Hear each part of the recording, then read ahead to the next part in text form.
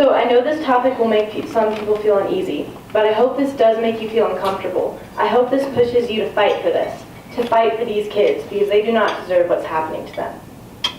I am here talking about my all-time favorite charity called Love 146. Now you may be asking yourself, why the name Love 146? What is Love 146? Love 146's mission is to end child trafficking and exploitation. Trafficking is any commercial sex act or labor induced by force, fraud, or coercion. Exploitation is taking advantage of any vulnerabilities one might have. Every minute, 2 children are being sold into the sex slavery. There are 1,440 minutes in a day. Statistically speaking, 172,800 kids will be ripped away from their friends, family, and their home and sold into an unforgiving life by the end of the day. Back in 1850, an average enslaved person was sold for $40,000. Today, a child was sold to a brothel for the price of $72. This price is quite typical. Love 146 welcomes anybody from the ages from 7 to 23. Survivors from this program have had their basic rights taken away, such as religion, language, and above all, freedom. These children and teens are taken off the streets and given away to these disgusting people. Some of these kids are even taken thousands of miles away from their home. Human trafficking is slavery.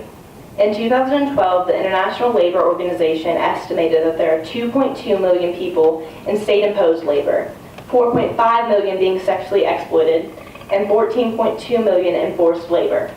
That's 20.9 million people, just like me and you. My first experience with Love 146 was just last year when my school and many others had a benefit concert to raise money for them. They shared their story, and it was so amazing to see all these high schoolers standing in a room all supporting such an amazing cause. If this happened to anybody, it would be devastating to say the least. But this is children we're talking about. It is proven that these survivors, they're affected in ways that we could never imagine. Post-traumatic stress disorder, self-blame, and suicide. This is a few of the never-ending list of what these poor children go through. Now, on to the name.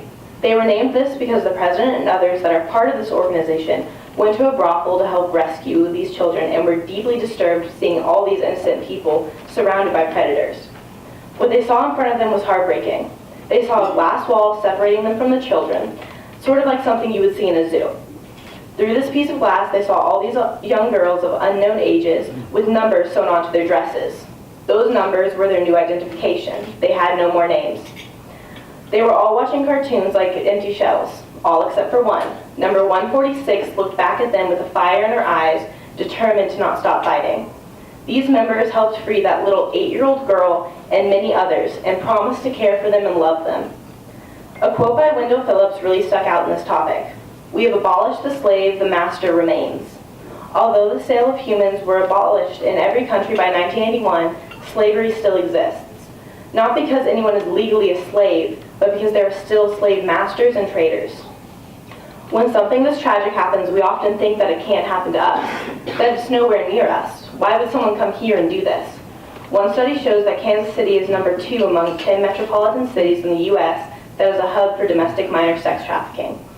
Just last month in Kansas City, there were 5 teens and 4 women rescued from sex trafficking. In 2015, 4 children were rescued and 8 pimps were arrested in Wichita, Kansas. Is Love 146 the truth? Love 146 is a nonprofit charity that was founded in 2002. You can't deny the impact that this organization has had on these survivors. Will it build goodwill and better friendships? Something that can stop this much pain and sorrow has to build better will. Is it fair to everyone who's concerned? Without a doubt in my mind, it is completely fair for everyone involved and even those who are not involved for prevention and safety. Will it be beneficial to all concerned? Something that can end child trafficking has to be beneficial. I think we can compare these survivors to grass, because even though they're stepped on over and over again, they keep going back up.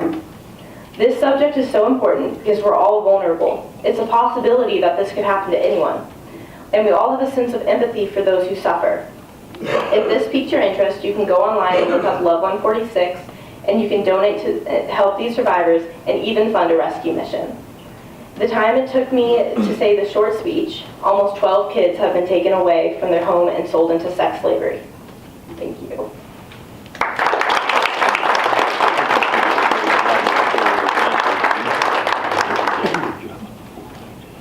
Let's give our judges a minute or so they can finish